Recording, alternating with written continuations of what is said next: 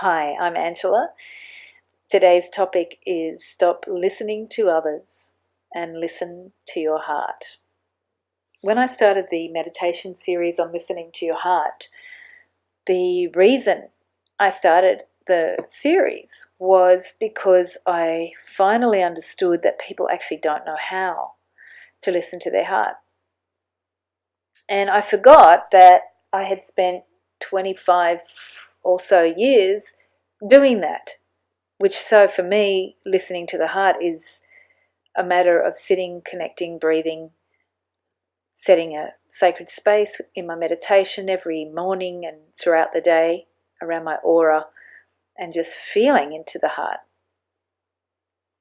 And I realized that that's become my habit. And 25 years is a really good practice for reinforcing a habit.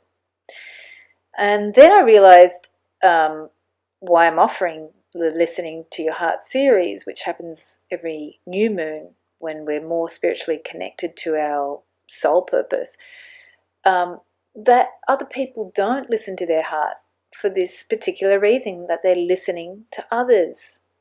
And it makes sense.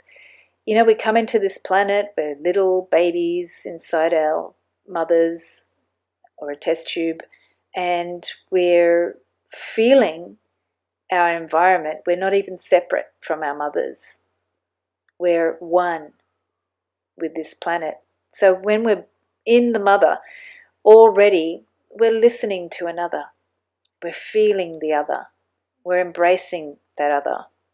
And it's a great thing. It's oneness. It's like the most amazing spiritual connection you'll ever have, because you are the mother. You are feeling and hearing and sensing and breathing and eating and enjoying everything with the mother. It's beautiful.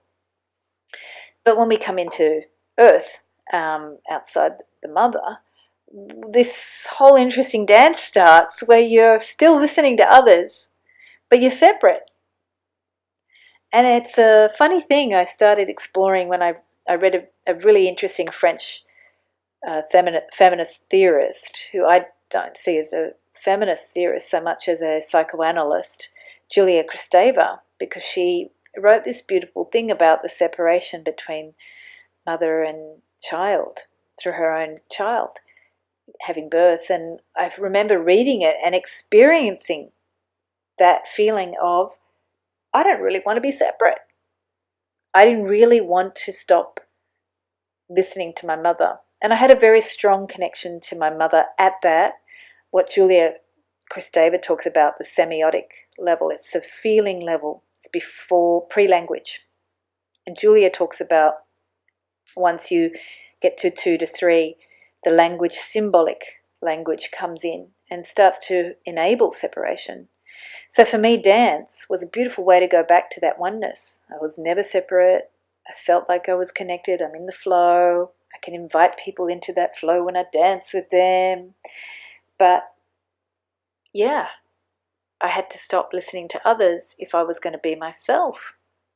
So it's a very interesting shift that happens in love. We go from the mother oneness, we're listening to the other intimately. We get birthed, we start to grow, we get language, we separate from the mother, we separate and get identity.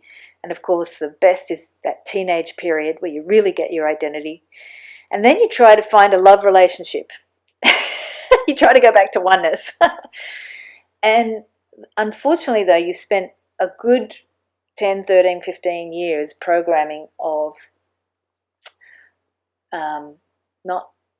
not wanting to separate, but having to separate from the mother. And you've been listening to others. You've been listening to school. You've been listening to society. You've been programmed.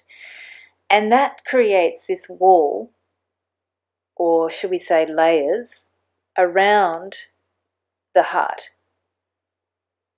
So the other reason I created the Listening to the Heart series of meditations is because I saw that the layers of listening to others are really an important biological process of coming into earth and becoming an individual, separating from the mother.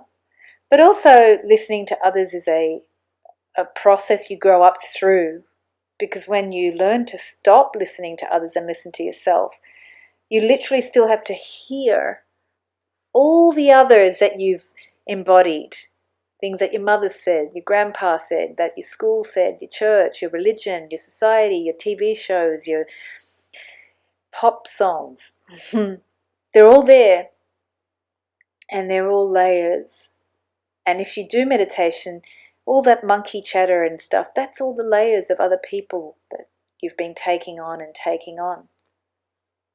So the interesting thing for me is when you listen to your heart, you're still going to be listening to others in that monkey chatter or the brain of yourself that thinks you should be doing something. And eventually when you do hear your heart,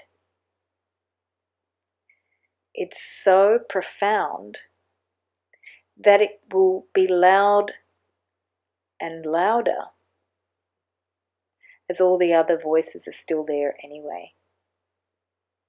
So if you haven't tried the new moon meditations, I invite you to try them. They're free on live stream. You can find out from the link below. And also there are other series of meditations to listen to the heart that I'm developing as well, because it's, for me, where the relationship to self and others, that love story with yourself and how you develop the love relationships you want, is so important.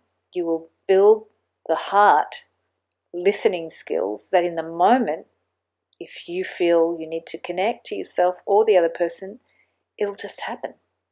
And that's what's happened in my own experience as well with my love relationships. Thank you for joining, and stay tuned to more listening with your heart and to your heart.